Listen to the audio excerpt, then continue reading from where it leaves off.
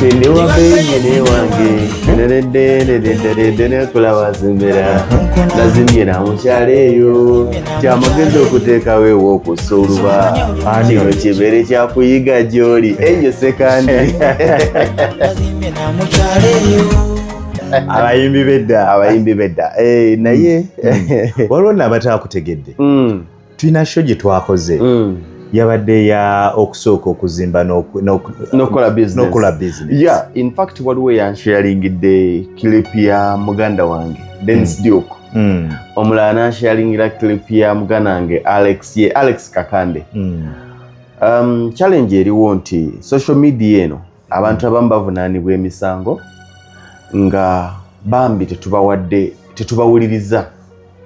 Bwe nabadde nkola sheeyo kyabadde kyambe ekisala enju y'ebbiri naye kati waliwo yasaze clip n'asala ekyambe ekisala oluuyi olumu ne lutomera kimu yasaze ekyambe yakisalidde mu makati n'ataleeta naye okitegeera naye nabanyonyodde nti bonna abawakana ku nsonga yansooke kukola business wansooke kuzimba bonna batuufu ate bonna bakyamu olw'ensonga esookera ddala nti buli kintu kiriko okusoomoozebwa kwakyo era ne mbagamba nti mu bintu by'obuwanguzi tewaliwo kkubo lyatondebwa nga bw'otakwata eryo togenda kuwangula era tewali kkubo lyatondebwa nga bw'okwata eryo 100% ogenda kukola ki ogenda kuwangula ffenna twolekera kaalo buwanguzi naye akaalo buwanguzi tugenda katuukako nga tuyita mu makubo ag'enjawulo era mu kaseera ak'enjawulo.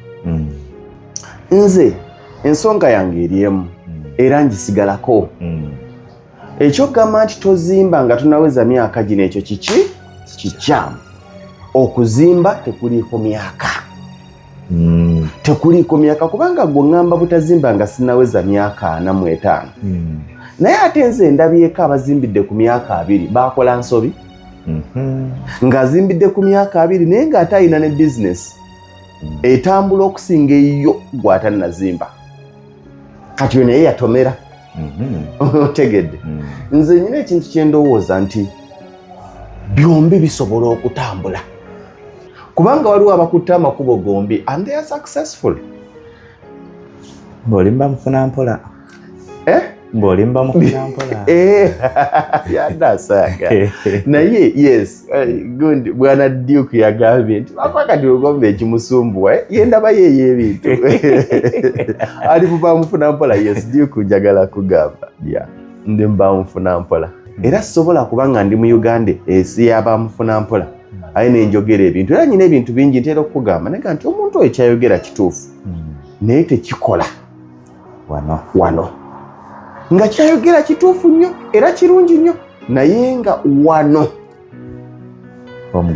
home ground tekiriiwo kubanga ensi yaffe nki ndala nnyo nga bw'okiwulira kubanga ffe twakula batusomeseza bazadde baffe ne bajjajjaffe nti omuntu bw'akula abaako wabeera ewuwe. Kyekiri kye nagambye nti kijja twanguyira ng'ekintu ky'otusomesaako wakikola ki a teacher with experience ng'omanyi obwavu n'obugagga nti omwavu obwavu buluma buti ne ssente nga tonagamba muntu nti togenda ku kyeyo kolera wano twagala oyo yagenda ku kyeyo nadda n'akolera wano yaba atugamba nti gy'ogenda nze naliyo. Nga tonagamba nti tozimba nga tunakola business twagala oyo yazimba ne business nagikolaga nti ze byembagamba bituufu nze nazimba naye nyumba kate nzitemu omuntu kubanga tuwuliddeko abagamba nti nze business nakola nnyo katazi nzitemu omuntu abo bo tubawulidde. Nze kyenzikiririza musobola kugamba muntu nti akasente konna k'okutezimba ennyumba naye ate sobola kugamba muntu nti akasente konna k'okutekayiwe mu business. Nze nsobola okugamba omuntu nti bw'oba wajje kana akakola business kana akazimba okyasobola okujjawo akakola business omulimo tegunnaggwawo zimba ogw'omusolo ogukole ki oguwone kubanga wali wakyaliwo. Bw'oba ngamba nti business nsobola ogitandika n'etagwa nenfunamu ssente ezizimba kati nange nsobola okugamba nti nsobola okuzimba akayumba kange nenkateeka mu banka ne bampa ssente ne nkola business eyo etagenda kugwa. Awo nawo wabi ntwala omukisa guno okubategeeza nti olugendo lw'obuwanguzi terwakubirwa ku map. Nti Kampala hoima okwataawo. Tekalika wannyonnyodde nti buli ayita e Masaka tayita mu Lwera. Weebale nnyo ekyo kikyamu nti otugenda otya Masaka nga toyise mu Lwera ajja kuyitayo. Ate oluusi asobola n'okusooka nga gwolabye ng'eyeekereyesezza naye n'akola ki n'akusooka. Ebigambo bye tulimu bya nkoko na gi. Ki ekyasooka? Nkoko ye yasooka n'ebiika eggi nti enkoko eva mu kyeva mu gi. Kaakati bwe banga enkoko ye yasooka yo yavaawa. Ebyo ebintu tebijja kukola ki? Tebijja kuggwa. Omusajja yakyogedde awo naga nti ebigambo bya simanya omunnyo ne ssukaali ki ekisinga. Okitegeera? Byonna birungi. Nga buli omu akubulya. Ate nze njagala baga nti byombi tusobola okuba nabyo. Nebikola. Just balancing kintu kyo. Tetugana bantu kola business. Naye nze kyesikkiriza kwe kutuwa ebbanga eggere. Kubanga tulabyeko abazimbye ne bakola ne business nga bali successful okusinga abo abasooka okukola business zokka. Omwana myaka 25 ayina emmotoka ye, ayina ekibanja kye, business etambula, ayina edduuka lye, ayina ebisolo byalunda ente n'embizi, obulamu bukola ki? Butambula. Kati ye tojja muga nti sooka olindeko okukola ebyo, sooka oteeke mu business byonna ye yabikola. Kati oyo tumugambe ki? Oyo bw'osanga yabikola byonna ng'abiina togamba nti yakola nsobi kola bukozi bw'oti. Ekkubo ly'obuwanguzi si kateebe nti wenninyewo oba olinnya wenjigi ekigere w'okiza bw'otakiteekawo owedde. Nze nkubuulira omanyi bw'otambula obubi waliwo abagenda okusaatuuka era bawangule, waliwo abagenda okugabattuka ate naye togabattuka nga bo, ate gwe togabattuka ate waliwo abajja okugabattuka ate bagwe. Kwegamba ensi eno byonna mutonzi waffe yakola ki? Naye ng'era nzirayo bagamba muganda wange abaana bana tebanyumira ku mizigo, kubanga koweza abaana bana ng'oli ku muzigo. Waliwo ne landlord agenda okugamba nti nze ennyumba yange tesulako asukka abaana bameka? 2.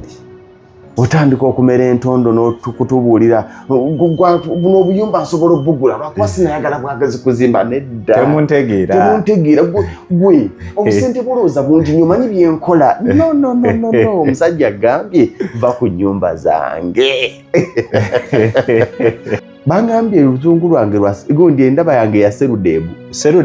Centenary Rural Development Bank yeriwa kati sooka otuwemu ng'owa Serudebu. My friend Serudebu. I want to tell you this. Oluzungu lwaffe lubeera olwo Serudebu. Tetuseereza. Mujja mu banka n'ebinusu naye nga bya my friend. I'm telling you this. If you have never experienced the life of calling a Kantaman, telling him Mr. Farouk. Kantaman yeka Kanta. Avuga ekimotoka kya Kanta ekitusengula. Mr. Farouk. Wanjise. Where are you? I'm in Masaka. I'm at Kasubi stage. I want you to come here at my muzigo. Onsengule. Oyina abatisi? Oyina abatisi. Bw'oba towuliranga story ya olina abatisi nga abatisi bakutwala uwo muntu ogenda bikola ki? My friend, I want to tell you. Serudebu.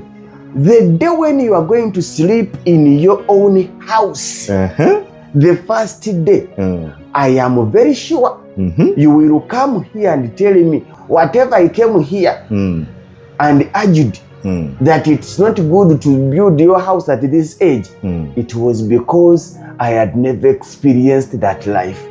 But I want to tell you that life is half heaven. Kitundu kya ggulu yansi. Olunaku lw'osulako mu nnyumba anti ffe kati lwerwo. Nkuwulira kati. Olunaku lw'osulako mu kayumba k'olusooka. Muganda wange tokyogera na kukyogera.